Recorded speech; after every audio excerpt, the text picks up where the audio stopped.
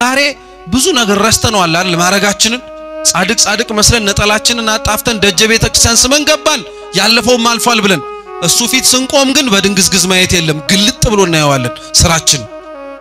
ያ ፍርድን አስባችሁታል እንዴት እንደሚያስጨንቅ? እኛ በዚች ምድር ላይ ስንት ያጎደልነው ፍርድ እኮ አለ።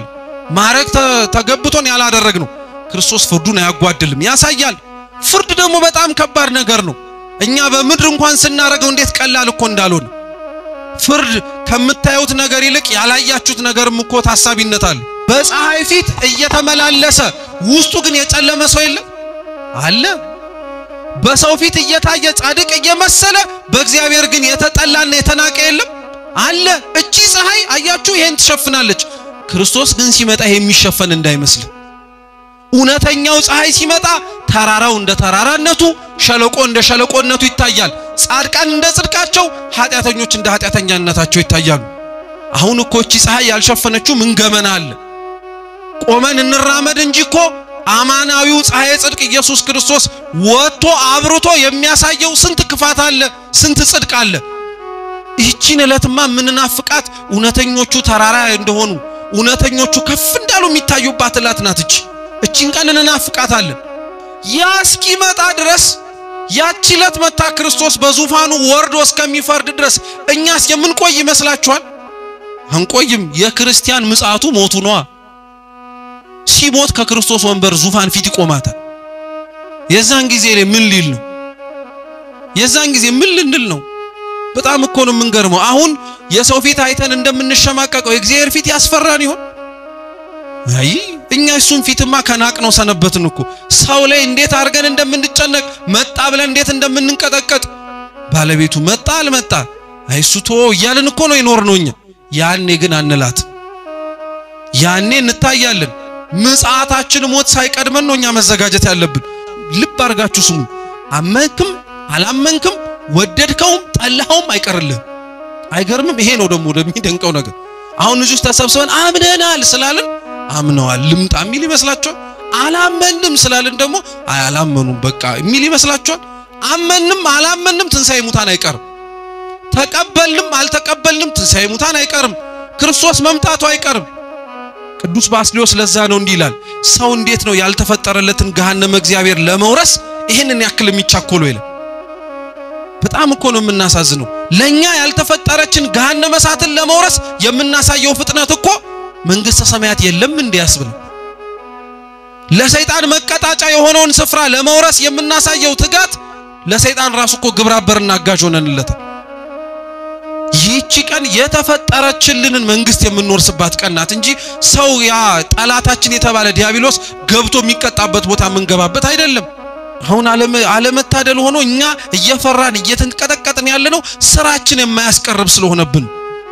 ሰው የዘራውን ነው በዛች ዕለት ላይ የሚያጭደው ሐዋርያው ተናግሯል። ዛሬ የዘራናት ነገ ሲመጣ የሚያሳቅፈን ስለሆነ አትምጣ ምንለው ለዛ ነው። ግን አልነውም አላልነውም ይቀራል አይቀርም። አሁን እኛ ቤታችን ውስጥ ሐዘን ገብቶ ሐዘኑ በጣም የሚጠነክርብን እንደ ወደድንም ጠላንም ሞተው የማይነሱ እኮ ስለሚመስለን እኮ ነው ካጠገባችን ያጣናቸው ሰዎች። ግን ደግሞ የሃይማኖት ጸሎት ላይ ስንጸልይ የሙታንንም መነሳት ብለን ደግሞ ስንናገራለን አንገርም? አሁን ይሄን ድምጽ በነገራችን ላይ ቤተክርስቲያን ለባለ ትዳሮች ተዘምሯል። ታውቃላችሁ?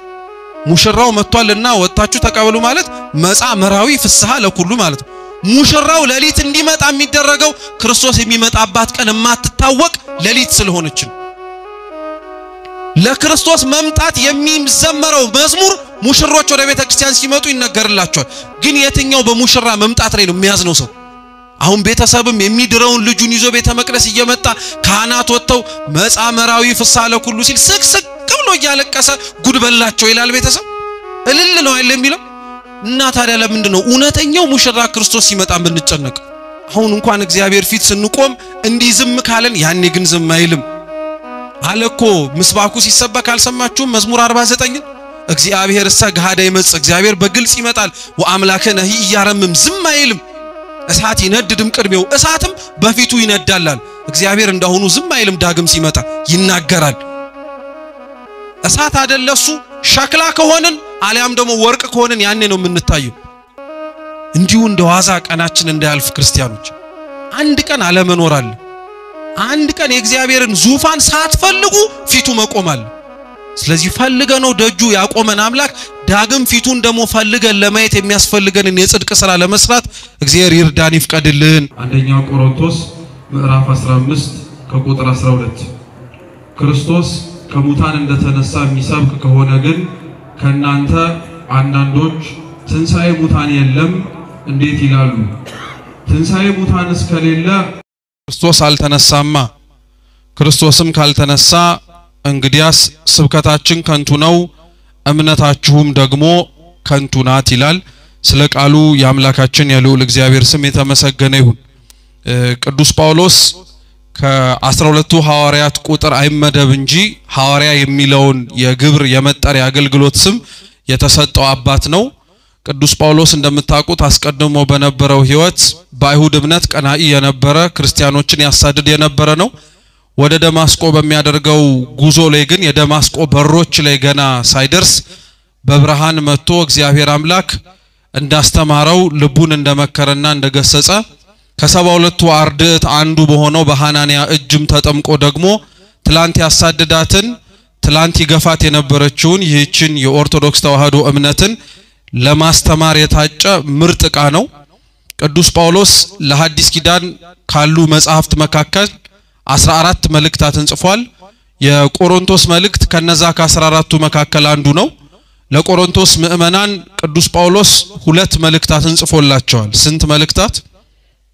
2 መልእክታትን ጽፎላቸዋል። እኒህ መልእክታት ቅዱስ ጳውሎስ ለቆሮንቶስ ክርስቲያኖች የሚያሳስባቸውንና በሃይማኖታቸው ጥያቄ ለሚነሱባቸው መልስ ለመስጠት ይረዳው ዘንድ የጻፈላቸውና የሰጣቸው ክታብ ነው። ቅዱሳት መጻሕፍት በዋነኝነት የሚጻፉት ነገረ እግዚአብሔርን ለመግለጥ ብቻ ሳይሆን የተገለጠውን ነገረ እግዚአብሔርንም ጭምር ለመጠበቅና ለማስጠበቅም ጭምር ነው። ስለዚህ ቅዱስ ጳውሎስ ራሱ አምላካችን ልዑል እግዚአብሔር የገለጠልንን ትንሣኤ ሙታንን ከሙታን መካከል መነሳትን ጥያቄ ያነሱ ለነበሩ ለአንዳንዶች በቆሮንቶስ ለነበሩ ሰዎች ማለት ነው።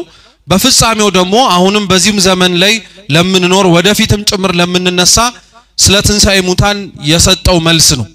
እንግዲህ ከቤተ ክርስቲያናችን 5 አዕማደ ምስጢራት ወይም የዶግማ ትምህርቶች መካከል አንደኛው በቅደም ተከተል ደግሞ 5ኛው ትንሣኤ ሙታን ይባላል። እስኪ ትንሣኤ ሙታን በሉ።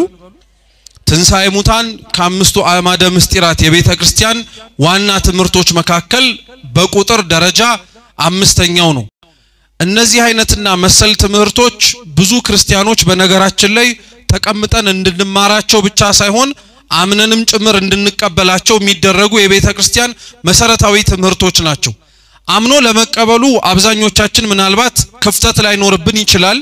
ምክንያቱም እዚህ የተሰበሰብነው የተገኘነውም ጭምር እነዚህን 5ቱን ትምህርቶች ውስጥ የምናስተምራቸውን የቤተ ክርስቲያን ትምህርት ተቀብለናቸው ነው። ያመነውን ምን ያክል እናውቀዋለን የሚለው ግን ለሁላችንም ጥያቄ የሚያስነሳ ነው። ምክንያቱም አንድ ክርስቲያን የሚያምነውን ነገር አምኖ ከመቀበል ባለፈ ያመነውንም ነገር እንዲያውቅ ይፈልጋል። ዋነኛው ምክንያቱ እንዴት ያመነውን ነገር ሳናውቀው ራሱ ልንከተለውና ተገስተንለት ለሕጉና ለሥርዓቱ ልንኖር እንችላለን የሚለውን ጥያቄ ስለሚመልስ ነው። ያመነውን እግዚአብሔር ማወቅ ያስፈልገናል። ያወቅነውን እግዚአብሔርን ደግሞ በፍጻሜውም ልናምነውና ልንታመንለትም ያስፈልጋል። እነዚህ የዶግማ ትምህርቶች ብዙ ክርስቲያኖች ተቀምጠን እንድንማራቸው ሲነገረንም የምንሸሻቸው ናቸው። አንዳንዶች መሰረታዊ የሆኑ የቤተ ክርስቲያን ትምህርቶችን ተቀምጠው የማይማሩት ከባድ ስለሚመስላቸው፣ አንዳንዶች ደግሞ እነዚህ አይነት መሰረታዊ የቤተ ክርስቲያን ትምህርቶችን መማር የማይፈልጉት የሚያሳስባቸው ጉዳይ ይሄ ስላልሆነም ጭምር ነው። እየሰማችሁ ነው? ብዙ ሰው ከመሰረታዊ የቤተ ክርስቲያን ትምህርት የበለጠ ማወቅ መረዳት ፈቶትም ጭምር በህይወቱ ቤተ ክርስቲያን ሲመጣ መሄድ የሚፈልገው የህይወቱን ቋጠሮ ነው። ስለዚህ ብዙ የህይወታችን ቋጠሮዎች ውስጥ አንዱ ደግሞ ተቋጥሮ እስካሁን ያልተፈታው ነገር ቢኖር ወይም ትኩረት ያልሰጠነው ነገር ቢኖር የሃይማኖታችን ትምህርት ጉዳይ ነው። በጣም የሚገርማችሁ ክርስቲያኖች እግዚአብሔር በረድኤቱ በቸርነቱ ሸፍኖን ደብቆንና ከልሎን ካልሆነ በቀር እንደ ኦርቶዶክስ ተዋህዶ እምነት አማንያን እዚህ ቤተ ክርስቲያን ውስጥ የተሰበሰብን ሁላችን ስለምናምነው እምነት ቅዱሳት መጻሕፍትን ጠቅሰን ካልሆነም ጭምር እንኳን የምናምነውን እምነት ውስጡ ያለውን ሐሳብ የምናስረዳው ስንቶቻችን ነው? ይሄንን የምነግራችሁ ለምንድነው? የምናምነውን ነገር እንዳልኳችሁ ማወቅ፣ ማመን፣ መቀበል፣ መረዳትም ጭምር ስላለብን ነው።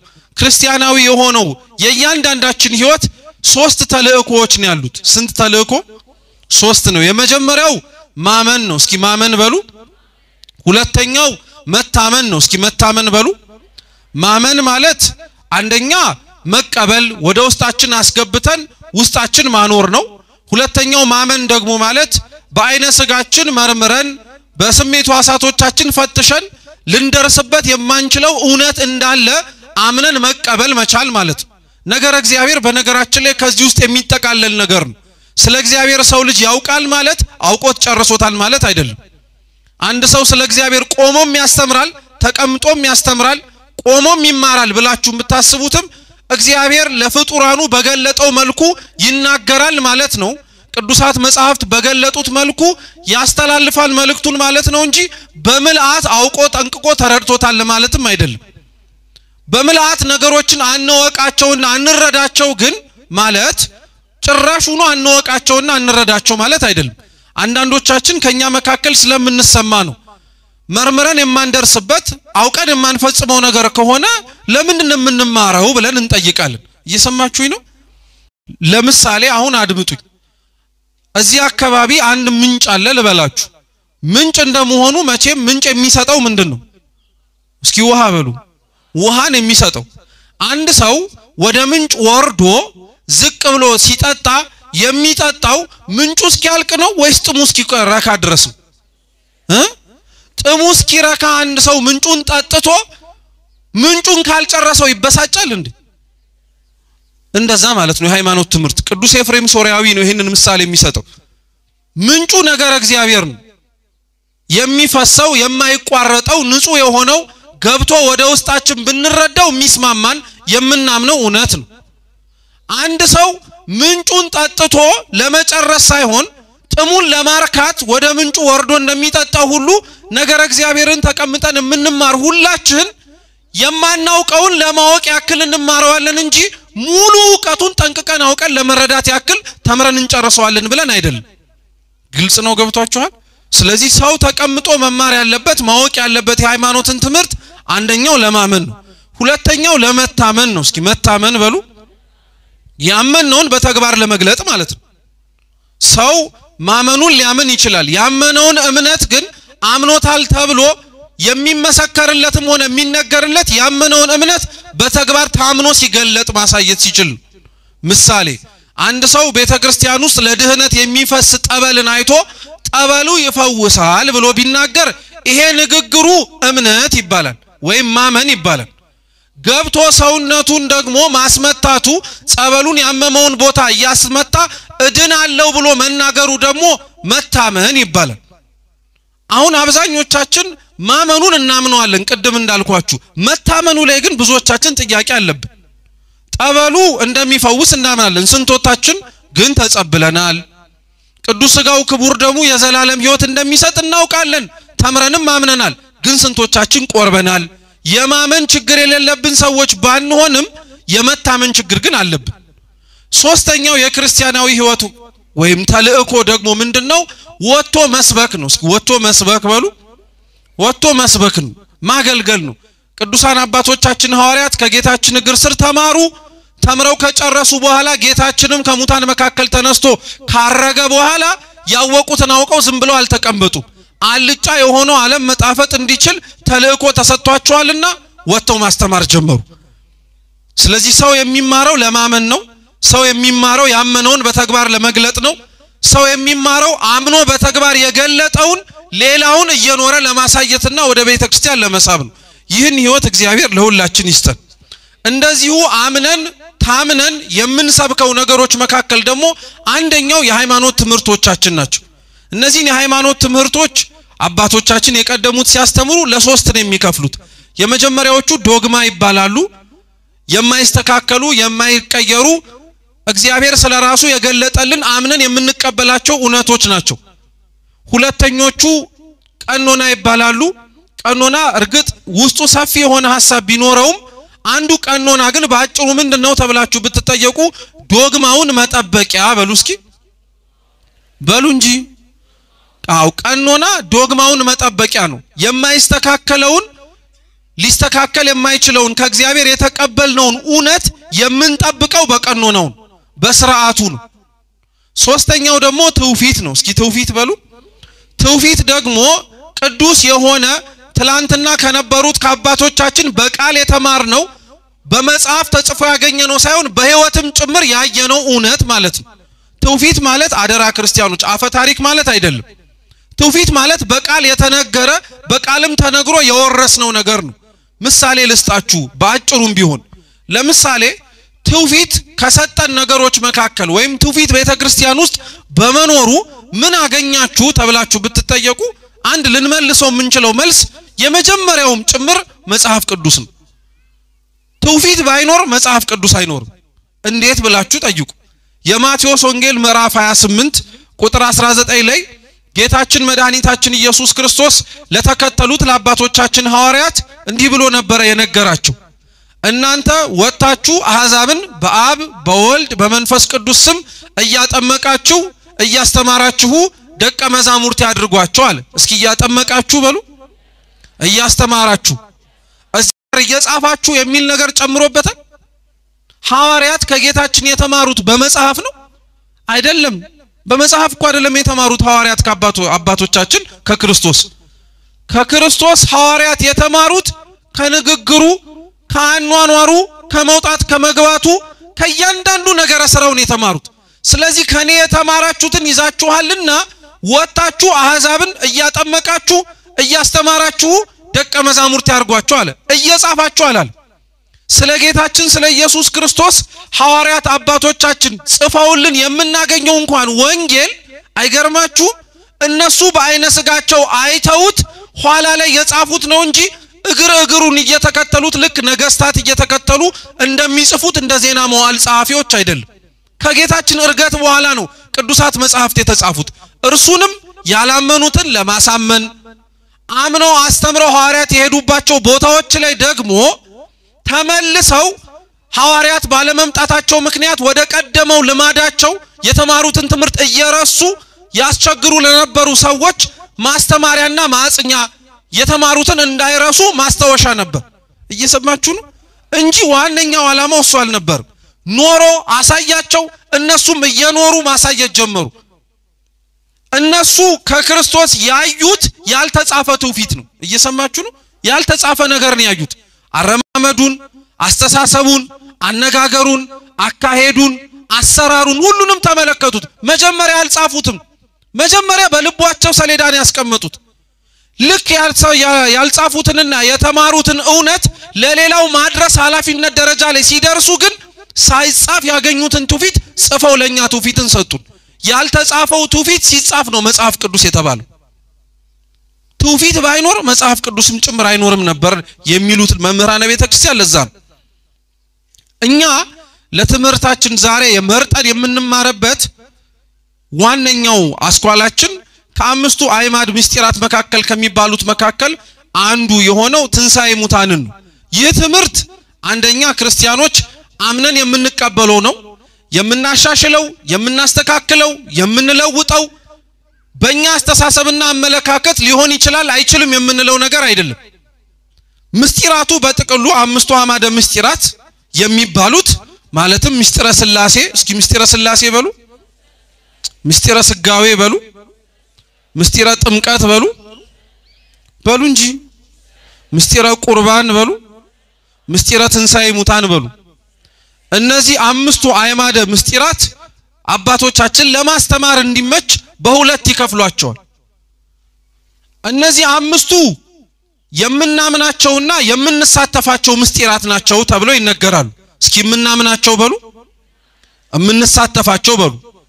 አሁን ምስጢረ ሥላሴን የምንሳተፈው ምስጢር ሳይሆን ምን የምናደርገው ምስጢር ነው። የምናምነው ምስጢር ነው። መጀመሪያ የምናምነው ምስጢር ነው። ይህ ምስጢረ ሥጋዌም የምናምነው ነው። ምስጢረ ጥምቀት የምናምነው ብቻ ሳይሆን ምን የምናደርገውም ጭምር የምንሳተፈው ነው። ምስጢረ ቁርባንም የምናምነው ብቻ አይደለም ምንም እናረጋው ጭምር ነው እምንሳተፈው ነው ትንሳኤ ሙታንም ተመሳሳይ ነው የምናምነው ብቻ ሳይሆን ምን የምናረጋው ነው የምንሳተፈው ነው እንግዲህ ጥምቀትን አምነን ተሳትፈናል በ40 በ80 ቀናችን ቁርባኑን አምነን ተሳትፈናል በ40 በ80 ቀን ብቻ ሳይሆን ከዛም በኋላ ንስሐ እየገባን እንደ ንስሐ አባቶቻችን መመሪያ እንደ እግዚአብሔር ፈቃድ ተቀብለናል ትንሳኤ ሙታን ግን አምነነው እስካሁን ድረስ ያልተፈጸመ ምስጢር ቢኖር እርሱ ነው ቤተክርስቲያን ስለ ትንሳኤ ሙታን የምታስተምረው ሙታን ይነሳሉ ብላ የምትሰብከው ክርስቲያኖች ደብረ ዘይት ሲመጣ ወይም ደግሞ የዓመቱ መጨረሻ የሆኑት የመስጊያ ቀናቶች ወርሃ ጳጉሜን ሲመጣ ብቻ አይደለም ቤተክርስቲያን ስለ ደብረ ዘይት ምስጢር ስለ ጳጉሜ ምስጢር ስለሆነው ስለ ሙታን መነሳት የማታስተምርበት ዕለት የለም ቅዳሴው የተቀደሰበት እያንዳንዱ ዕለት ላይ ንዜኑ ሞተከ ብለን እንደምንናገረው ሁሉ ሞቱን እንናገራለን ብለን አናቆምም ትንሳኤውንም እንመሰክራለን ዳግም መምጣቱንም እንናገራለን እንላለን አንድ በትምህርቶቻችን እናሳያለን ሁለተኛ ትንሳኤ ሙታንን ቤተክርስቲያን በቃል በስብከት ብቻ አይደለም የምታስተምረው ትንሳኤ ሙታንን ቤተክርስቲያን በልብሷም ጭምር ተሰብከዋለች እስኪ በልብሷ በሉ አው ዲያቆናት በሥርዓተ ቅዳሴ ውስጥ የሚያደርጉት ልብሰ ተክህኖ 5 ዘርፎች አሉት ማለትም ደግሞ ካህናቱ የሚያደርጉት ከላይ ከታስከታች የሚወርደው ቀሚሱ ላይ ደግሞ የሚደረበው ካባ ላንቃ ይባላል ዲያቆናቱ ካባ ላንቃ ይደርቡም ከላይ ግን መኳንንት መሳፍንት እንደሚያረጉት ያለ ካባ ይደርባሉ አይደለ ቀሚሱ ላይ አይታችሁት ከሆነ 5 ዘርፍ ነው ያለው ከፊት ለፊት 2 አለ በቀኝ በግራ አንድ አለ ከበስተጀርባቸው ደግሞ ስንት አይታችሁት ታውቁም እንዴ ይሄን ልብ ብላችሁ ነገ ሲያስቀድሱ በደንብ አድርጋችሁ እናንተም ለማስቀደስ ስትመጡ እዩ 5 ነው ከፊት ለፊት ያሉት 2ቱ የምስጢረ ሥላሴና የምስጢረ ሥጋዌ ምስጢር ማሳያ ናቸው ለምን ከፊት ሆኑ ቢባል የአምላክ ሰው መሆን የተገለጠ ምስጢር ነው የታየ ነው ሲራመድ ሲበላ ሲጠጣ ከኃጢያት በቀር ሰው ሆኖ ሲመላለስ ታይቷል ስለዚህ ከፊት ነው ምስጢረ ሥላሴም ከፊት ነው የሚሆነው ታይቶ ተፈጽሞ ያለቀ ነገር ስለሆነ ሳይሆን ከምስጢረ ሥጋዌ ጋር አብሮ የሚደገር ምስጢር ነው ምስጢረ ሥጋዌ አምላክ ሰው ሆነ ብለን ስንናገር ሰው የሆነው አምላክ ሰው ከመሆኑ በፊት አስቀድሞ ምን ነበር እስኪ አምላክ በሉ አምላክ የምስጢረ ሥላሴ ትምህርት ይሄ አይደለም ስለ አምላክ የምንማርበት ስለ አንድነቱ ስለ ሶስትነቱ የምንሰብክበት ነው በቀኝ በግራ ያሉት 2ቱ ደግሞ የቁርባንና የጥምቀት ምሳሌ ናቸው ከጀርባ የተረፈው አንዱ የመጨረሻው ካባ ላንቃ ውስጥ ያለው ዘርፏ ደግሞ የምን ምሳሌ ናት ብትባሉ የትንሳኤ ሙታን ናት ለምን ብትሉ የዛች በጀርባ ያለችው የወረደችው አንዲትን ዘርፍ ጭንቅላታችሁን አዙራችሁ እንዲብላችሁ ማየት ትችላላችሁ ይሄ ምንም ቅድስና አይጠይቅም ዕውቀት ብቻ ነው አይዟችሁ ከጀርባ ያለውን አንዲቷን የተረፈችዋን ዘርፍ ልክ ከፊትና ከቀኝ ከግራ እንዳሉት ወደ ኋላ ብትዞሩ ማየት ትችላላችሁ እማታዩት ነገር ግን እንዳለ አምናችሁ የምትቀበሉት ያቺ ዘርፍ የትንሳኤ ሙታን ምሳሌ ናት በልብሷ ተሰብከዋለች ማለት ነው ዘወትር በቅዳሴዋ ወንጌል ከመነበቡ በፊትም ተሰብከዋለች ነሱ ወመኑ እስመ ቀርበት መንግስተ ሰማያት ይእቲ መንግስተ ሰማያት ቀርባለችና ንስሐ ግቡ ልብ ብላችሁ ስሙ ይሄ ገርማችኋል እንዴ ስለ አምላካችን መምጣት ስለ አምላካችን ከሙታን መካከል መነሳት እኛም ደግሞ ወደ አምላካችን መሄድ እየቀኑ በየሰዓቱ በየቀለቱ የምንሰብከው ስብከት ደግሞ ያባታችን ወይ ጸሎታችን እስኪ አባታችን ወይ በሉ ከዛስ እስኪ ድገሙት የትኛው መንግስቱ ነው እንድትመጣ የምትለምኑት ዳግም ምጽአትን እኮ ነው እየተማጸዳችሁ ያላችሁት መንግስት ትምጣ የምትሉት እኮ እሷን ነው በላይ በሰማያት ያለችው አንተ የምትመሰገንባት አንተ ገዢ ሆነ የምትኖርባት እኛም ለመኖር የምንናፍቃት ያቺ መንግስት ትምጣ እሷ ካልመጣች በቀር እኛ ወደ ምን ስለማንሄድ ወደዛች መንግስት ስለማንሄድ አምላክ በመጀመሪያ ሰው የሆነው እኛን የተዋረድነው ለማንሳት ነው ይሄ የመጀመሪያው ምጽአቱ ነው የመጀመሪያው ምጽአቱ ላይ ሲናገር የዮሐንስ ወንጌል ምዕራፍ 14 ላይ ለሐዋርያት እንዲብሏቸው ነግሯቸው ነበር እኔም ተመልሼ እሄዳለሁ ስፍራን ላዘጋጅላችሁም ወደ ላይ እወጣለሁ አላቸው። እየሰማችሁ ነው? ምን ላዘጋጅላችሁ? ስለዚህ አምላክ መጀመሪያ የወረደው ሊያድነን ሊቤዠን ስፍራ እንደሚያዘጋጅልን አሳምኖን አስተምሮን ሊሄድ ነው። ድጋሚ የሚመጣው ደግሞ ወደዛ ስፍራ ምን ሊያደርገን ነው? ስለዚህ መንግስት ምን ታርግ እንለዋለን? ትምጣ እያልን ለምንዋለን። ስለዚህ ስለ ደብረ ዘይት ሲመጣ ብቻ ጳጉሜ ሲመጣ ብቻ እንደነዚህ አይነት መሰል ወቅታት ሲመጡ ብቻ ሳይሆን ቤተክርስቲያን ስለ ክርስቶስ ዳግም መምጣት የምታስተምረው ስለ ትንሳኤ የምትሰብከውና የምትናገረው በየቀኑ ነው። ስለ ክርስቶስ ትንሳኤ አንድ ሰው ሳያውቅና ሳይረዳ በነገራችን ላይ ስለ ራሱ ትንሳኤ ማስተማርም መስበክም አይችልም። እየሰማችሁ ነው? ይሄ በደንብ ቁልፍ ነው። ክርስቲያኖች ልብ አርጋችሁ ስሙ። ቅዱስ ጳውሎስ እኛ ለመነሻችን ያነሳነውን የቆሮንቶስ መልእክቱን አንደኛይቱን ምዕራፍ 15ን ሲያነብ ሰምታችሁታል። ክርስቶስ ከሙታን መካከል ካልተነሳ ስብከታችን ከንቱ ነው ብሎ ነው የተናገረው። ቀጥሎም ደግሞ በአንዱ በሰው ወደ ምድር ሞት እንደመጣ ሁሉ እንዲሁ በሰው ደግሞ ሕይወትን እንዳገኘንም ጭምር ይናገራል። ቤተክርስቲያን ስለ ሰው ልጆች ዳግም መምጣት ስትናገር አብራ አስቀድማ የምትናገረው ስለ ክርስቶስ ከሙታን መካከል መነሳት ነው። ይህንን ሰው በጥቂቱም እንኳን ሳያውቀውና ሳይረዳው ስለራሱ ሙታን መነሳት ምክንያት ቢነገረው ቢሰበክ ላያምንና ላይቀበል ይችላል። ሲነበብም ሰምታችሁታል። እንዴት ትንሣኤ ሙታን የለም ትላላችሁ? ክርስቶስ ተነስቶ ብሎ አይደል ጳውሎስ የተናገረው? መጀመሪያ ቁልፉ እኛ ከሙታን እንነሳለን ከማለታችን በፊት ማን ከሙታን መካከል ተነስቷል ብሎ መናገር። እስቲ ክርስቶስ በሉ። ክርስቶስ ነው። ይህ አይነቱን ደግሞ ክርስቶስ ከሙታን መካከል እንደሚነሳ አስቀድሞ ከመነሳቱ በፊት በብዙ መልኩ አስተምሯል። ይህንንስ ማወቅ ለምን ይጠቅመናል ብላችሁ መጠየቃችሁም አይቀርም። ልብ ብላችሁ ስሙ። አምላካችን ልዑል እግዚአብሔር የሰው ልጆችን ወዶና ፈቅዶ ስለሚያረግላቸው ማናቸውም ክፉም ሆነ ደግ ነገር ያ ነገር ከመምጣቱ አስቀድሞ ክፉም ሆነ ደግ ነገር እንዲዘጋጁ አስቀድሞ ይናገራል። ይሄ የአምላካችን ያሰራሩ መንገድ ነው። አምላካችን ሰው ሆኖ ወደዚች ምድር ከመምጣቱ በፊት ሰው እንደሚሆን እንደተናገረው ሁሉ በብሉይ ኪዳን ባሉት መጻሕፍቶቻችንም ከሙታን መካከል ከመነሳቱ አስቀድሞ እርሱ ራሱ ከሙታን መካከል እንደሚነሳ ተናግሯል። አንደኛ ምሳሌ ልንገራችሁ። ታስታውሳላችሁ? አብርሃም የሚባል የእግዚአብሔር ደግ የሆነ ባለሟሉ በርጅናው ዘመን የወለደው የመጨረሻው ከአንዲቱ ከሳራ ያገኘው ልጅ ነበር። ይስሐቅ ይባላል። ይስሐቅን አምላካችን ልዑል እግዚአብሔር ለአብርሃም እንዲሰዋለት ነገረው። አብርሃም አላንገራገረም። ያላንገራገረበትን ነገር ግን ልብ ብላችሁ ስሙ። አብርሃም ይስሐቅን ሰዋልኝ ብሎ ሲነግረውም ሆነ ሲያዘው በይስሐቅ ውስጥ ዘሩን እንደ ሰማይ ከዋክብትና እንደ ምድር አሸዋ እንደሚያበዛለት ነግሮት ነው። ዘሩን እንደ ሰማይ ከዋክብት እንደ ምድር አሸዋ የሚያበዛበትን ብቸኛውንና የመጀመሪያውን የመጨረሻውን ምክንያት ነው አርደህ ስጠኛል። አብርሃም አላንገራገርም። እምነቱን አድንቁት ማለት ነው። ወስደህብኝ እንዴት ታበዛኛለህ አላለው። ነጥቀኸኝ እንዴት ታርገህ ታበረክተኛለህ አላለው። እግዚአብሔር ስጡኝ ሲል መስጠት ነው በቃ። ትናንትና የገባውን ቃል ኪዳን አይረሳውም እርሱ። አብርሃም አላንገራገርም፣ እሺ ብሎ ሰጠው። ይኖርባት ከነበረችው ከከነዓን ልጁን ይሰዋበት ወደ ነበረው ወደ ሞሪያ ተራራ 3 ቀን ነበር የሚፈጀው። ስንት ቀን? 3 ቀን።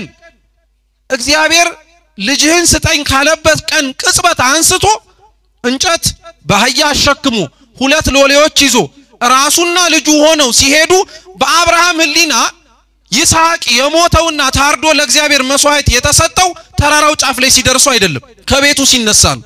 እግዚአብሔር መስዋዕታችሁን የሚቀበለው ክርስቲያኖች እዚህ ስትመጡ አይደለም፣ ይዛችሁት ከየት ገና መነሳሰት ጀምሩ። ከዛ ነው ቁርጥ ሕሊና ነው ያለ እግዚአብሔር። ተሸክመን ማምጣታችንን ብቻ አይደለም፣ በምን አይነት መንገድ እንደምንሰጠው መድኃኔዓለም ይመረምራል። አብርሃም ልጁን አርዶ በልቡናው ሰሌዳ ላይ መስዋዕት አድርጎ ሰጥቶታል። ድርጊቱ ብቻ ነው የቀረው። ምንም ጥርጥር የለውም ያንን እንደሚያደርገው። ሰው ልቡ ከቆረጠ ተግባሩ ላይ ያናክል አይቸገርም። እኛ ተግባሩ የሚቸግረን መናችን መቁረጥ ስለከበደ ልባችን እኮ ነው። እንደ አፋችን ልባችን መቁረጥ አልቻለው። ስለዚህ ተግባሩ ይከብደናል። አብርሃም ልጁን ይዞ ሄደ። ሎሌዎቹን ከታች አስቀመጠ። ልጁን ይዞ ወደ ላይ ወጣ። ታሪኩን ለማሳጠር ድንጋይ ረብርቦ እንጨቱንም ዘርዝሮ በደንብ አድርጎ ልጁን አስቀምጦ ሊሰዋው ሲል እግዚአብሔር ተዋል መታዘዝህን እስከዚህ ጥግ ለኔ አይደለም ሲከስስ ለነበረው ለሰይጣንም አስመስክራል ታሪክህን ለሚያነቡ ለኔና ለእናንተም ጭምር የአብርሃምን ታዛዥነት እስከዚህ ድረስ እንደሆነ አይተነዋል የአብርሃም ልጁን ሳይሰዋ በልጁ ፋንታ በዕፀ ሳቤቅ የታሰረ ከእህቱም ግንድ የተገኘ በግን አርዶ ወረደ ይሄ የይስሐቅና የአብርሃም እቺ ታሪክ ብዙ ምስጢር ያላት ናት አንደኛው በይስሐቅ ፋንታ ያበግ መታረዱ በእኛና በአዳም ልጆች ፋንታ ክርስቶስ ለኛ ዋጋ ተገብቶ ለመቤዡ ምሳሌ ነው ዘማሪው ትዝ ይላችኋል በይስሐቅ ፋንታ ኢየሱስ ታረደ ሲል ይሄ እኮ ነው ታሪኩ ግን ገብቶን እንዘምሮ ይሆን አይገርማችሁም ሃይማኖት ማወቅ ያስፈልጋል የሚባለው ለዚህ ነው እምንዘምረውን የምናረጋውን ነገር በሙሉ ጠንቅቀን መረዳት አለብን ቅዱስ ጳውሎስ ግን ምን ይላል መሰላችሁ የዕብራውያን መልእክቱ ምዕራፍ 11 ቁጥር 19 ላይ በይስሐቅ ዘር ይጠራልሃል የተባለለት እርሱ አንድ ልጁን አቀረበ እስቲ እግዚአብሔር በሉ ሁላችሁም እግዚአብሔር ከሙታን ሊያነሳው እንደሚችል አስቧልና አይገርማችሁም አብርሃም ልጁን እሺ ብሎ የሰጠው ቃል ኪዳኑን የማይረሳው እግዚአብሔር ልጁን ቢገለው እንኳን ምን እንደሚያረጋው አምኖ ነው ይሄው ትንሳኤ ሙታን አሁን አይደለም የተጀመረው ያኔም ነበረ ያለ ቅዱስ ጳውሎስ እየተናገረ ነው ሌላም ምሳሌ አንድ እንጨምር ነገሩን ለማጽናት ከብዙ በጥቂቱ ታስታውሳላችሁ ደግሞ ትንቢተ ዮናስ ምዕራፍ 3 ቁጥር 5 ላይ ዮናስ ተሳፍሮባት ይሄድባት ከነበረችው ወደ ተርሴስ የኮበለለባት መርከብ ላይ እግዚአብሔር አምላክ ማዕበሉን ነፋሱን አነሳ ቅዱስ ዮሐንስ አፈወርቅ በጣም የሚገርማችሁ ምን ይላል መሰላችሁ ተሳፍሮ ዮናስ ይሄድባት የነበረችው መርከብ ላይ የተነሳው ነፋስ እንዴት ሊያስደነግጥ ይችላል ይላል ምክንያቱም መርከብ ላይ ተሳፈረ ሰው በሙሉ ወደደም ጠላም የሆነ ጊዜ ላይ ነፋስ መነሳቱ አይቀርም አይደል እንዴ አይቀርም እኮ ያ ሊቀ ሐመሩ ዮናስ የተሳፈረባትን መርከብ ያስተዳድራት የነበረው ያ መሪ ግን ነፋሱ የሰውና የተፈጥሮ ሳይሆን የእግዚአብሔር እንደሆነ ያውቅ ነበር ይላል አይገርማችሁም ሰው እግዚአብሔርን ሳያውቀው የእግዚአብሔርን ሥራ ሲያውቀው ግን አሁንኛ እግዚአብሔርን እናውቀዋለን ብለን ሥራውን ግን አናውቀው አሰራሩንም አላወቅ ነው ዮናስ በእንዲህ አይነት መልኩ የተሳፈረባት መርከብ ማዕበል ተነሳባት ጥፋተኛ መሆኑን አወቀ አመነ ዮናስ መርከቢቱ ላይ ያሉት ሰዎች እንዲተርፉ ተብሎ ማን ወደ ባህሩ ተጣለ በሉ እንጂ ዮናስ እዛ የአሳ አንበሪ ሆድ ውስጥ ስንት ቀንና ስንት ሌሊት ተቀመጠ 3 ጌታችን ትዝ ይላችኋል የማቴዎስ ወንጌል ምዕራፍ 12 ቁጥር 40 ላይ እንዲህ ብሎ ተናግሮ ነበር ዮናስ በአሳ አንበሪ ሆድ ውስጥ 3 መዓልት 3 ሌሊት እንዳደረ ሁሉ የሰው ልጅም በምድር ልብ ውስጥ 3 መዓልት 3 ሌሊት ያድራል ብሎ ተናገረ ዮናስ ግን አሳ አንበሪ ሆድ ውስጥ 3 ቀን 3 ሌሊት ከተኛ ወይንም ደግሞ ካደረ በኋላ ነነዌ ላይ እንደተተፋው ሁሉ ክርስቶስስ ከ3 ቀንና ከ3 ሌሊት በኋላ ተነስቷል አልተነሳም ተነስቷል ስለሱ ትንሳኤ በዮናስ ስለሱ ትንሳኤ በይስሐቅ ስለሱ ትንሳኤ በእነ ኢዮብ በእያንዳንዱ አባቶቻችን ውስጥ አስተምሯል ይሄ ቅድመ ዝግጅት ነበር ነገሩ ሲሆን እንዴት ሆነ እንደ እንግዳ ደራሽ እንደ ውሃ ፈሳሽ እንዳልመጣ ለማጠየቅ በዚህ መነሻነት የሚመለከቱት አበው ናቸው ይሄን ሁሉ ሲያረግ የነበረው አምላካችን ልዑል እግዚአብሔር በፍጻሜው ደግሞ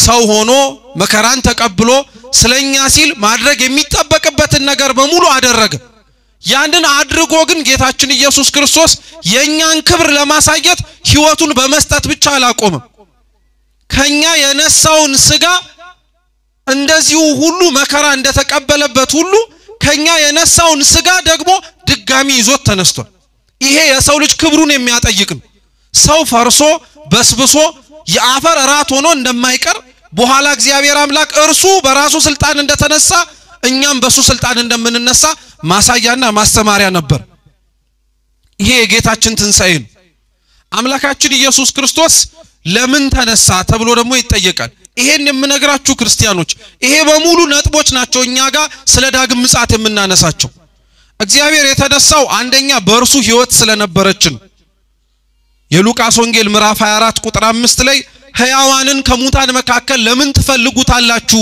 ብሎ ክርስቶስ ተናግሯል። እስኪ ሕያዋንን በሉ። አው ሕይወት ሰጪውን እንዴት ከሙታን መካከል ትፈልጉታላችሁ አለ።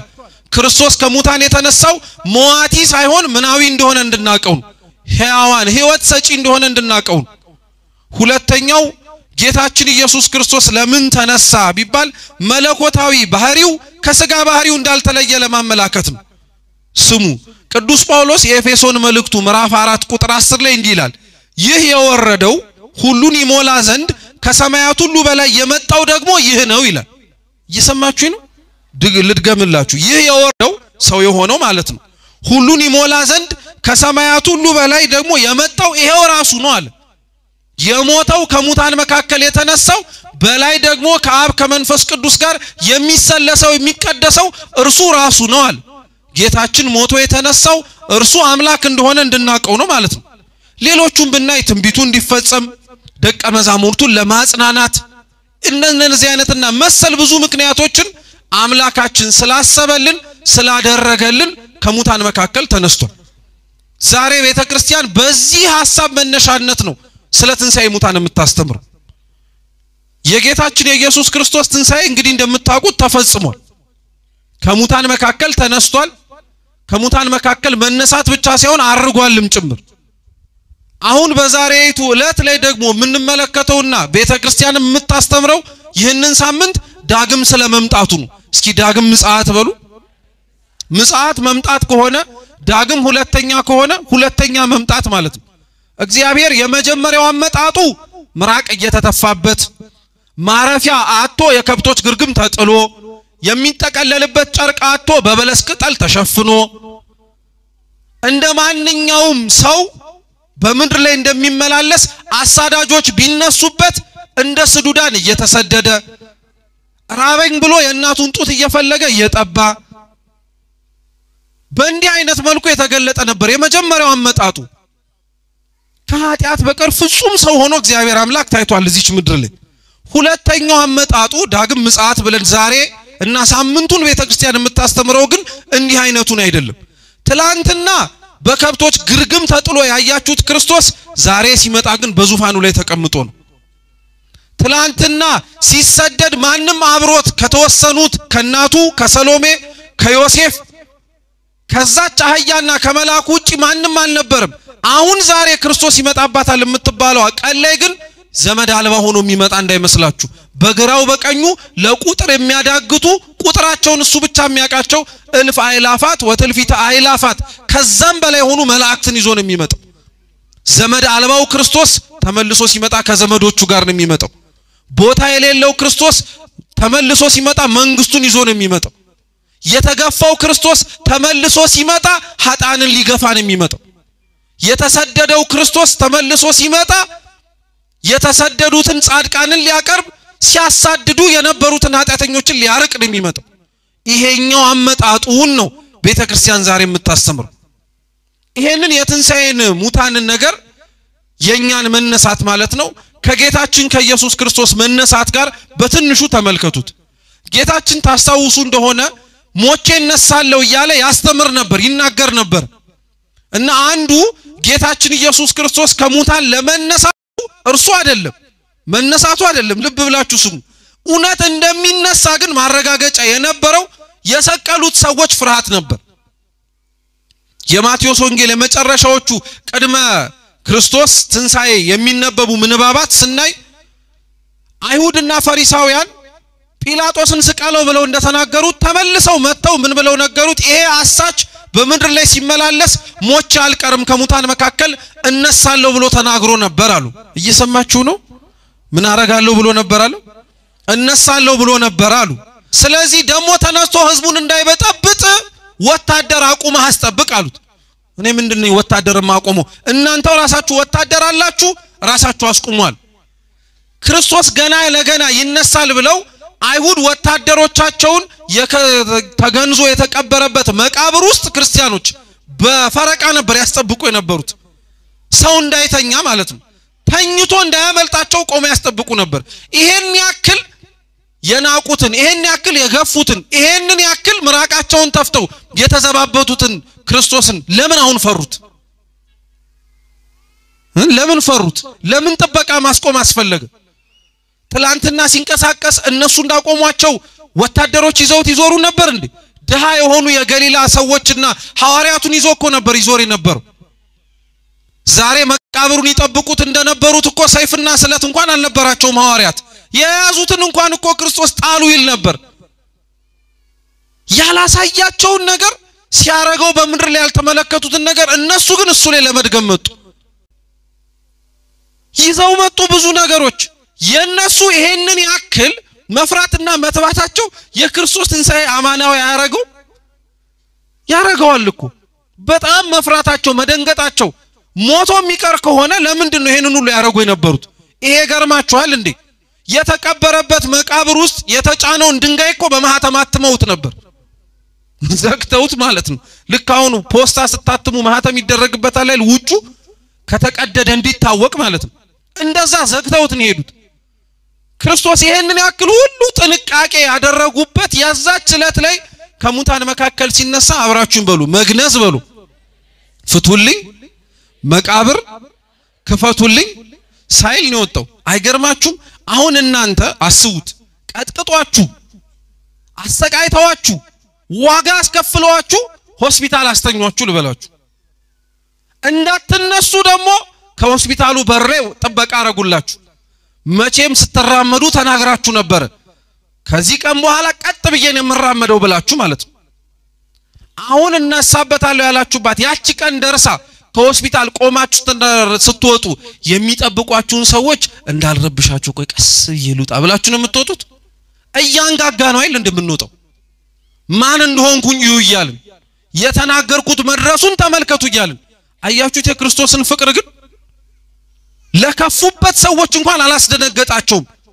መቃብሩን እኮ በብርሃኑ ሊያጥለቀልቀው ይችል ነበር፣ እነሱን በትኖ መውጣት ይችል ነበር። መግነዙን ፍቱልኝ ሳይል የነበረው እግዚአብሔር መቃብሩንም ክፈቱልኝ ሳይል እንዲሁ በተዘጋ መቃብር ነው የወጣባቸው። እነሱ ከዛ በኋላ እኮ ነው ተሰርቋል ስጋውን ሐዋርያት ወስደውታል እያሉ ማውራት ጀመሩ። ዛሬ የክርስቶስን ትንሣኤ የሚቃወሙ ሰዎች እኮ ናቸው ክርስቲያኖች ከሙታን መካከል አይነሱም የሚሉት። ስናስተምር ስለ ትንሣኤ ሙታን ቤተክርስቲያን ስትናገር ብዙ ሰው ቀልድ ይመስላል። እኛ ውስጥ ያለ ሰው እኮ ነው የሚገርማችሁ። እንደው የሚደንቀው ውጭ ያለ ሰው ስለ ትንሣኤ ሙታን ይቅርና ስለ ባለቤቱም ጭምር ያልተገባ ነገር ያወራል። እዚህ ያለነው ሰዎች ራሱ ከሙታን መካከል የምንነሳ አይመስልንም። ለምን ይመስላችኋል ታዲያ? ጌታችን እኮ ከሙታን የተነሳው ሐዋርያቱን ለማጽናናት ነው አይደል? ነው አይደለም? አሁን እኛ ቤታችን ውስጥ ሐዘን ገብቶ ሐዘኑ በጣም የሚጠነክርብን እንደ ወደድንም ጠላንም ሞተው የማይነሱ እኮ ስለሚመስለን እኮ ነው ካጠገባችን ያጣናቸው ሰዎች። ግን ደግሞ የሃይማኖት ጸሎት ላይ ስንጸልይ የሙታንንም መነሳት ብለን ደግሞ ስንናገራለን። አንገርም? በአፋችን የምናምን ነው የምንመስለው። አንድ ዘን እያልን አይደለም። ከልክ ያለፈና ከለከት ያለፈ ሰው ፈርሶ በስብሶ እንደሚቀር ያለ አስተሳሰብና አመለካከት ግን ለክርስቲያን አይገባው። እኛ ውስጥ ያለነው ሰዎች ውጭ እንዳለው ትንሣኤ ሙታንን የምንጠራጠረው በዚህ አይነት መልኩ ነው። ውጭ ያለው ሰው ሌላም ይላል። ይሄ ገርማችኋል እንዴ? ዓለም ስለ ትንሣኤ ሙታን እኮ ከትላንት ጀምሮ ስትናገር ነበር። ጌታ ያለ ስለ ትንሣኤ ሙታን ይጠራጠሩ የነበሩ ሰዱቃውያን ነበሩ፣ ጭራሽ ትንሣኤ ሙታን የለም የሚሉ። ሌሎች ደግሞ ስምዖናውያን የሚባሉ ነበሩ። በታሪክ ሰው ሞቶ አይቀርም ነፍሱ ተመልሳ ተነስታ ሌላው ነገር ውስጥ ተካታ ትመጣለች የሚሉ ሪኢንካርኔሽን ማለት ነው። እየሰማችሁ ነው? ይሄን ልብ አርጋችሁ ስሙ። አንድ ሰው ከሞተ በኋላ ሞቶ አይቀርም ነፍሱ መልክና ቅርጽ ቀይራ ተመልሳ ሌላ ሆና ትመጣለች ማለት ነው። ለምሳሌ ዛሬ ሰው የሆነ ነገ ነብርም ሆኖ ሊመጣ ይችላል። እንደው አይበለው እንጂ አይጥም ሆኖ ሊመጣ ይችላል። እባብም ሊሆን ይችላል፣ አንበሳም ሊሆን ይችላል። ደግሞ እንዳንኗኗሩ እኮ ነው። አይገርማችሁም? አሁን ክፉ የሰራ ሰው ነገ ጉንዳን ሆኖ ሊመጣ ይችላል እንደማለት ነው። ዛሬ ደግ ሲያደርግ የነበረ ሰው አንበሳ ሆኖ ያዋራ ይመጣል ማለት ነው። አንደኛ ምን ያክል ይሄ ለሰው ክብር እንደማይመጥን ይሁት። እግዚአብሔር ሲጀመር እኛን ሰው አድርጎ መፍጠር የቻለ አምላክ ጉንዳን አድርጎ መጀመሪያ መፍጠር ይከብደዋል እንዴ? ለምን ሁለተኛ ስንመጣ ጉንዳን ያደርገናል? ዓለም ትንሣኤ ሙታንን የምትቃወመው በዚህ ነው። አብዛኛው ወጣት ግን ይሄንን ሐሳብ አይመነው እንጂ እንደዚህ ይቀበለዋል። በጣም እኮ ነው የሚያሳዝን። ይሄ ክህደት እኮ ነው በነገራችን። እንዲም ብላ ደግሞ አታቆምም። ኤፊቆርሶች ደግሞ የሚባሉ ሌሎች ስለ ትንሣኤ ሙታን በታሪክ የሚናገሩ ነበሩ እነሱ ደግሞ የሰው ህይወት በሞት ያበቃል የሚሉ ነበሩ በቃ ሲሞት አበቃለት ከዚህ በኋላ የምን ትንሣኤ ሙታን የምን ተመልሶ መነሳት የሚባል ነገር የለም ይላል አሁን ስንት ወጣት ነው ይሄንን የማያምኑ ትንሣኤ ሙታን ክርስቲያኖች ልብ አርጋችሁ ስሙ አመንክም አላመንክም ወደድከውም ጠላኸውም አይቀርልህ አይገርምም ይሄ ነው ደግሞ ለሚደንቀው ነገር አሁን እዚህ ተሰብስበን አምነናል ስላልን አምነዋል ልምጣ ሚል ይመስላችኋል አላመንም ስላልን ደግሞ አላመኑም በቃ ሚል ይመስላችኋል አመንም አላመንም ትንሣኤ ሙታን አይቀርም ተቀበልንም አልተቀበልንም ትንሣኤ ሙታን አይቀርም ክርስቶስ መምጣቱ አይቀርም የጌታ መምጣቱ ግን ለኛ እንዴት ነው የሚለውን ብቻ ነጥብኒና እንጨርስ ብዙ ሰው የደብረ ዘይት በዓለም ደረሰ ሆነ ጳጉሜ ስለ አምላክ መምጣት ሲነገረው የሚሰማው ደስታ ነው ሐዘን ከልባችሁ መልሱ እንደው ካሜራው ወደኔ ነው አይዟችሁ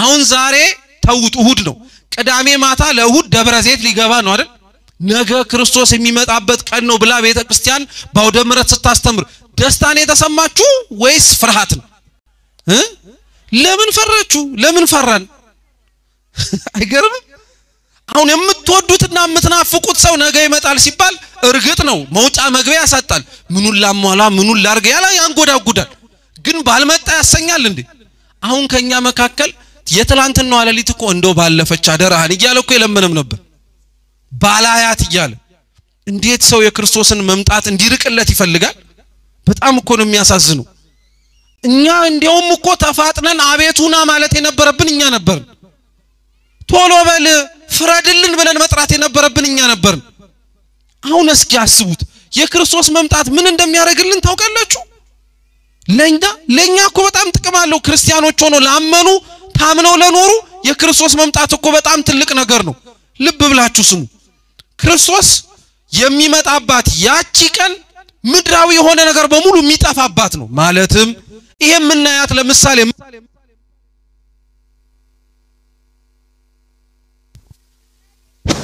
ይሰማችኋል ይሄ የምታበራው የምትመለከቷት ፀሐይ አትኖርም ከዚህ በኋላ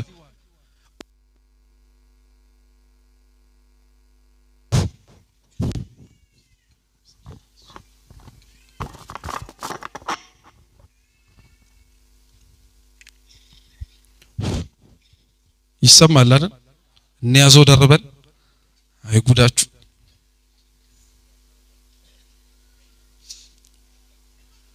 ያምጡት እነሱ እንግዲያውስ እኛ እንማር ክርስቶስ ዳግም ሲመጣ ሁሉም ነገር ነው የሚጠፋው እየሰማችሁ ነው አዲስ ሰማይ አዲስ ምድር ነው የሚዘረጋው ይላል ቅዱስ ዮሐንስ በራእዩ ምዕራፍ 21 ላይ እነሆ አዲስ ሰማይና አዲስ ምድር አየዋል ይሄ የምናየው ፀሐይ አይኖርም እንግዲህ ስሙ እቺ የምናያት ፀሐይ አሁን በጣም ጥቅም አላት አይደል ጨለማውን ታረቃለች በብርሃን እንድንመላለስ መንገድ ትከፍታለች አይደል እቺ ፀሐይ ማድረግ የማይችለው ነገር ግን አለ ክርስቶስ እውነተኛው የማይጠልቀው ፀሐይ ብቻ ማድረግ የሚችለው ልብ ብላችሁ ስሙ እቺ ፀሐይ ምንም ያክል እንኳን በዚች ምድር ላይ በመኖርበት ጊዜ ላይ ጨለማ አርቃ ታብራ እንጂ እውነተኛውን በእውነተኛነቱ ታሳያለች አታሳይም በፀሐይ ፊት እየተመላለሰ ውስጡ ግን የጨለመ ሰው የለም አለ በሰው ፊት እየታየ ጻድቅ እየመሰለ በእግዚአብሔር ግን የተጠላና የተናቀ የለም አለ እቺ ፀሐይ አያችሁ ይሄን ትሸፍናለች ክርስቶስ ግን ሲመጣ ይሄ የሚሸፈን እንዳይመስል እውነተኛው ፀሐይ ሲመጣ ተራራው እንደ ተራራነቱ ሸለቆ እንደ ሸለቆነቱ ይታያል ጻድቃን እንደ ጽድቃቸው ኃጢያተኞች እንደ ኃጢያተኛነታቸው ይታያሉ አሁን እኮ እቺ ፀሐይ ያልሸፈነችው ምን ገመና አለ ቆመን እንራመድ እንጂ እኮ አማናዊው ፀሐይ ጽድቅ ኢየሱስ ክርስቶስ ወጥቶ አብርቶ የሚያሳየው ስንት ክፋት አለ ስንት ጽድቅ አለ ይቺን እለትማ ምንናፍቃት እውነተኞቹ ተራራ እንደሆኑ እውነተኞቹ ከፍ እንዳሉ የሚታዩባት እለት ናት እቺን ቀን እንናፍቃታለን እቺ ቀን ላይ ክርስቶስ ሊያረጋት የሚችለው ይሄ ቀን እውነት የሚያስፈራ ነው ስትሉ ግን እውነት አይደለም ክርስቶስ የሚገርማችሁ ስለርሱ መምጣት ሲያስተምር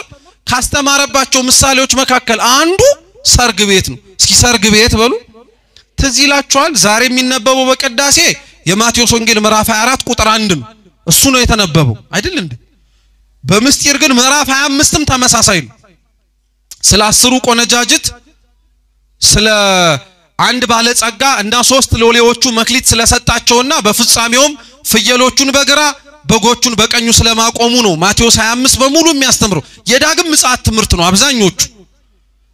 የ10 ቆነጃጅት ታሪክ ትዝ ይላችኋል? 10 ቆነጃጅት ነበሩ ደናግላን፣ 5ቱ ጎበዝ 5ቱ ሰነፍ። ዘይትና መብራታቸውን ይዘው ይጠብቁ ነበር የሙሽራውን መምጣት። እየሰማችሁ ነው? የሙሽራውን መምጣት። ሙሽራውን በመጣበት ጊዜ ላይ ምን አሉ? ሙሽራው መጥቷልና ወጣችሁ ተቀበሉ የሚል ድምጽ ሰምቱ። አሁን ይሄን ድምጽ በነገራችን ላይ ቤተክርስቲያን ለባለትዳሮች ትዘምረዋለች። ታውቃላችሁ? ሙሽራው መጥቷልና ወጣችሁ ተቀበሉ ማለት መጻ መራዊ ፍስሐ ለኩሉ ማለት ነው። ሙሽራው ሌሊት እንዲመጣ የሚደረገው ክርስቶስ የሚመጣባት ቀን የማትታወቅ ሌሊት ስለሆነች ነው። ለክርስቶስ መምጣት የሚዘመረው መዝሙር ሙሽሮች ወደ ቤተክርስቲያን ሲመጡ ይነገርላቸዋል። ግን የትኛው በሙሽራ መምጣት ላይ ነው የሚያዝነው ሰው? አሁን ቤተሰብም የሚድረውን ልጁን ይዞ ቤተ መቅደስ እየመጣ ካህናት ወጥተው መጻ መራዊ ፍስሐ ለኩሉ ሲል ስቅስቅ ብሎ እያለቀሰ ጉድ በላቸው ይላል ቤተሰብ። እልል ነው አይደል የሚለው? እና ታዲያ ለምንድን ነው እውነተኛው ሙሽራ ክርስቶስ ሲመጣ የምንጨነቅ? እኛ እንደዛ አይነት ስለሆነን እኮ ነው። 5ቱ ዘይትና መብራታቸው የተስማማላቸው ሰርግ ቤት ገቧል። ሰርግ ቤቱ የክርስቶስ መንግስት እኮ ነው ክርስቲያኖች። ክርስቶስ መንግስቱን ሲያስተምር ስለ ጭንቁ፣ ስለ መከራው፣ ስለ ምልክቱ፣ ስለ ብዙ ነገር ሰው ትኩረት አድርጎ የረሳው አንድ ነገር ግን ቢኖር የክርስቶስ ቤት ሰርግ ቤት እንደሆነ ነው። ደስ ብሎን የምንናፍቀው ቦታ ነው መምጣቱ። አሁን አለመታደል ሆኖ እኛ እየፈራን እየተንቀጠቀጥን ያለነው ስራችን የማያስቀርብ ስለሆነብን። ሰው የዘራውን ነው በዛች ዕለት ላይ የሚያጭደው ሐዋርያው ተናግሯል። ዛሬ የዘራናት ነገ ሲመጣ የሚያሳቅፈን ስለሆነ አትምጣ ምንለው ለዛ ነው። ግን አልነውም አላልነውም ይቀራል አይቀርም። ደግሞ ሌላ ልገራችሁ፣ ያ እስኪመጣ ድረስ ያቺ ዕለት መጣ ክርስቶስ በዙፋኑ ወርዶ እስከሚፈርድ ድረስ እኛስ የምንቆይ ይመስላችኋል? አንቆይም። የክርስቲያን ምጽአቱ ሞቱ ነው። ሲሞት ከክርስቶስ ወንበር ዙፋን ፊት ይቆማታል። የዛን ጊዜ ላይ ምን ሊል ነው? የዛን ጊዜ ምን ልንል ነው? በጣም እኮ ነው የምንገርመው። አሁን የሰው ፊት አይተን እንደምንሸማቀቀው የእግዚአብሔር ፊት ያስፈራን ይሆን? አይ እኛ እሱን ፊትማ ከናቅነው ሰነበትን እኮ። ሰው ላይ እንዴት አድርገን እንደምንጨነቅ መጣ ብለን እንዴት እንደምንንቀጠቀጥ ባለቤቱ መጣ አልመጣ አይሱቶ እያልን እኮ ነው የኖርነው እኛ። ያኔ ግን አንላት። ያኔ እንታያለን። ምጽአታችን ሞት ሳይቀድመን ነው እኛ መዘጋጀት ያለብን። ስለ ክርስቶስ ምጽአት ትላንትና ሌሊት ሙሉ ቆማ ቤተክርስቲያን ስታስተምር ከቆመው ሰዎች ከኛ መካከል ስለሞቱ ትዝ ያለው ሰው አለ? ትዝ ይበላችሁ እንጂ ክርስቲያኖች ማንም ሳይሞት እኮ እቺን መንግስት አይወርሳት።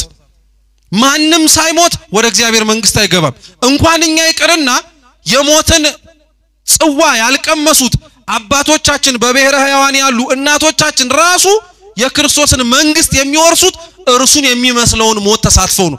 ጳውሎስ ሐዋርያው ለዛ ነው ሮሜ መልእክቱ ምዕራፍ 6 ላይ እንዲህ አለ፣ እርሱን በሚመስል ሞት አብረነው ከሞትን እርሱን በሚመስልም ትንሣኤ አብረን እንሳተፋለን አለ። ሳይሞት የሚነሳ የለም። ሳይሞት የእግዚአብሔር መንግስት የሚወርስ የለም። ትላንትና ዛሬ ስለሞቱ ዛሬ ማን ያሰባል? ግን በጣም ነው የሚገርመው። እሱንም ያዙልኝ። ሶስተኛ ይቺ ቀን የፍርድ ቀን ናት። የምን ቀን አልኳችሁ? የፍርድ ቀን ናት። ፍርድ ከባድ ነገር ነው። ያረጋችሁትን የምታስታውሱበት ቀን ነው። ዛሬ እኮ ያረግነውን ረስተነዋል አይደል? ቅዱስ ጳውሎስ አሁንም ሐዋርያው እንዲህ ይላል፣ ዛሬ በድንግዝግዝ ያለው አለ። እስኪ በድንግዝግዝ በሉ እንጂ ነገ ግን ጥርት ብሎ መለከታለሁ አለ። ዛሬ ብዙ ነገር ረስተነዋል አይደል? ማረጋችንን ጻድቅ መስለን ነጠላችንን አጣፍተን ደጀ ቤተ ክርስቲያን ስመን ገባን። ያለፈውም አልፏል ብለን እሱ ፊት ስንቆም ግን በድንግዝግዝ ማየት የለም፣ ግልጥ ብሎ እናየዋለን ስራችን። ያ ፍርድን አስባችሁታል እንዴት እንደሚያስጨንቅ? እኛ በዚች ምድር ላይ ስንት ያጎደልነው ፍርድ እኮ አለ። ማረግ ተገብቶን ያላደረግነው ክርስቶስ ፍርዱን አያጓድልም፣ ያሳያል። ፍርድ ደግሞ በጣም ከባድ ነገር ነው። እኛ በምድር እንኳን ስናረገው እንዴት ቀላል እኮ እንዳልሆነ ፍርድ ከምታዩት ነገር ይልቅ ያላያችሁት ነገርም እኮ ታሳቢነት አለ። አንድ ልጅ ነው ይባላልና አንድ ሰውዬ አህያውን ይዞ እየሄደ መንገድ ወደ ገበያ፣ እየሰማችሁ ነው? ወደ ገበያ እየሄደ አህያይቱን ይዞ መንገድ ላይ ሲሄድ በጣም ደከመውና ከጥላ ዛፍ አገኘና ቋጥሮ በገመድ አርቆ አሰራትና አህያይቱን እሱ ተኛ። ብዙ ማጥብቆ ስላላሰራት አህያይቱ ፈታችና ጠፋች። ሲነሳ ሰውየው አለ አህያዬ ጠፋች ደሞ ያዘለችውም ደሞ ሩዝ አለ በቃ ሁሉንም ነገር ተሰርቄያለሁ ብሎ ጮኸ አንድ ብላቴና ሲያልፍ አንድ ልጅ ሲያልፍ አህያ ሲል ሰሙ አህያ ጠፍቶህ ነው አለው አዎ ምን አይነት አለው እዚህ ጋር ያሰርኳት ሩዝ የተሸከመች ቀይዳማ የሆነች ደሞም ቀጥ ያለች አለው አዎ እሷ አህያ አለው አላየዋትም አለው እየሰማችሁ ነው አላየዋትም አለው ሰውየው በጣም ተናደደ እንዴት ሳታያት እንዲህ እርግጥ ሆነ ተናገራለና ዳኛ ጋር ወሰዱ ያየኸውን ተናገራል ሩዝ የተሸከመች ቀይዳማ የሆነች ቀይ የሆነች አህያ አላየውም እኮች ናት እኮ የጠፋቸው አሉት እኔ አላየዋትም አሉ እና እንዴት ነው ይሄንን ሁሉ ነገር ያወቀው አሉት እኔ በመንገዴ ስመጣ ኮቴ አየው አለ ምን አየው ኮቴውን ሳይ ያህያ እንደሆነ አወቅኩ አለ እየሰማችሁ ነው ያህያ እንደሆነ አወቅኩ አለ ደሞ ኮቴውን እየሄድኩኝ ስመለከተው ደሞ በአንድ በኩል በቀኝ በኩል ጥሩ ትረግጣለች በግራ በኩል ግን ምንም አትረግጥም ስለዚህ አንካሳናት ብዬ አሰብኳል እየሰማችሁ ነው በቀኝ በኩል ያለው ሳር በሙሉ ታጭዷል አለ በግራ በኩል ያለው ሳር ግን ነው ማለት ስለዚህ እውርናት ማለት ነው አልኩኝ አለ ደሞ ስትሄድ ሩዝ እየተንጠባጠበ ከኮቴዋ ጋር ስለነበረ ይሄንን ሁሉ ጨመኩኝና ቀይዳማ የሆነች ሩዝ የተሸከመች ቀጥ ያለች አህያ ጠፍታብህ ነው ብዬ ተናገርኩኝ አለ አያችሁት ግን ሰውየው ገና ለገና ይሄንን ደረሰ ብሎ ሊያስፈርድበት ነበር ፍርድ እንዴት ከባድ እንደሆነ አያችሁት እግዚአብሔር ዘንድ ግን ሁሉ ነገር ቀላል እንኳን እንዲህ የተሰወረውን ኩላሊትና ልብ ያመላለሰውንም አውቆ ያን ጊዜ ይናገራል እግዚአብሔር እቺ ቀን ላይ ፍርዳችንን ለመቀበል ምን ቆምባት ናት ያ ሊያስፈራ ይችላል ሊያስደነግጥ ይችላል አሁን እንኳን እግዚአብሔር ፊት ስንቆም እንዲህ ዝም ካለን ያኔ ግን ዝም አይልም አለኮ ምስባኩ ሲሰበክ አልሰማችሁም መዝሙር 49 እግዚአብሔር ሰጋዳ ይመጽ እግዚአብሔር በግልጽ ይመጣል ወአምላከነ ይያረምም ዝም አይልም እሳት ይነድድም ቅድሜው እሳትም በፊቱ ይነዳላል እግዚአብሔር እንደሆኑ ዝም አይልም ዳግም ሲመጣ ይናገራል እሳት አይደለሱ ሸክላ ከሆነን አሊያም ደግሞ ወርቅ ከሆነን ያኔ ነው የምንታየው ሁለተኛ ጢሞቴዎስ ምዕራፍ 2 ቁጥር 20 ላይ ቅዱስ ጳውሎስ ይናገራል እሳት ሸክላንም ሲነካው ወርቅንም ሲነካው የተለያየ ነገር ነው ወርቅን እሳት ሲነካው ይበልጥ ያጣራዋል ሸክላን እሳት በጣም ሲመታው ምን ያደርጋል ይሰነጥቀዋል ይሰብረዋል ስለዚህ ከክርስቶስ የፍርድ የእሳት ዙፋን ፊት ሸክላንን ወርቅንን እርሱን ነው ማሰብ የሚገባል ለሸክላዎች የተዘጋጀ ቦታ ልንወርስ አይደለም እቺን ቀን የናፈቅናት ቅዱስ ባስልዮስ ለዛ ነው እንዲላል ሰው እንዴት ነው ያልተፈጠረለትን ገሃነመ እግዚአብሔር ለመውረስ ይሄንን ያክል የሚቻኮለው ይላል በጣም እኮ ነው የምናሳዝነው ለኛ ያልተፈጠረችን ገሃነመ እሳትን ለመውረስ የምናሳየው ፍጥነት እኮ መንግስተ ሰማያት የለም እንዲያስብለን ለሰይጣን መቀጣጫ የሆነውን ስፍራ ለመውረስ የምናሳየው ትጋት ለሰይጣን ራሱ እኮ ግብራበርና አጋዥ ሆነንለታል ይህች ቀን የተፈጠረችልንን መንግስት የምንወርስባት ቀን ናት እንጂ ሰው ያ ጠላታችን የተባለ ዲያብሎስ ገብቶ የሚቀጣበት ቦታ መንገባበት አይደለም የክርስቶስ ዳግም መምጣት ይሄ ነው በፍጻሜው ደግሞ ማወቅ ያለብን ነገር ቢኖር ክርስቲያኖች ይሄ ነው የተስፋችን እስኪ በሉ መጀመሪያ ስጋዌ ነው አው ተስፋችን የተጀመረው ተስፋችን ውጥኑን ያገኘው በስጋዌ ነው በአምላክ ሰው መሆን የተስፋችን መጨረሻ ደግሞ ትንሳኤ ሙታን ይሄ ሁሉ ነገር አብቅቶ ከዚች አድካሚ ከሆነችው ምድር ተላቀን ወደምናርፍበት ዘላለማዊ ቦታ የምንገባባት ያቺን ርስት ነው የምንናፍቀውኝ ይቺን ርስት ለመውረስ ነው ቤተክርስቲያን ውስጥ የምንገኘው ይቺን ርስት ለመውረስ ነው ከሙታን መካከል እግዚአብሔርን እንዲያስነሳን የምንለምነው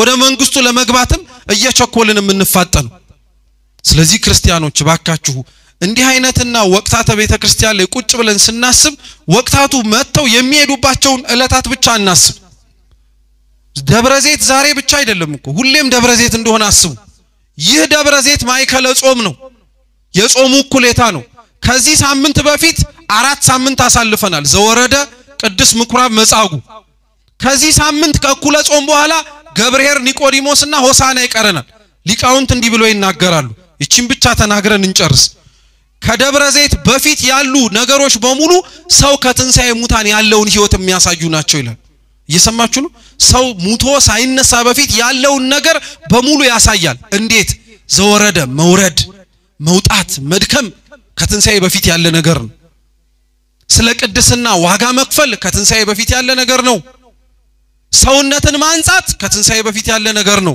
መታመም በበሽታ መሰቃየት ከትንሳኤ በፊት ያለ ነገር ነው።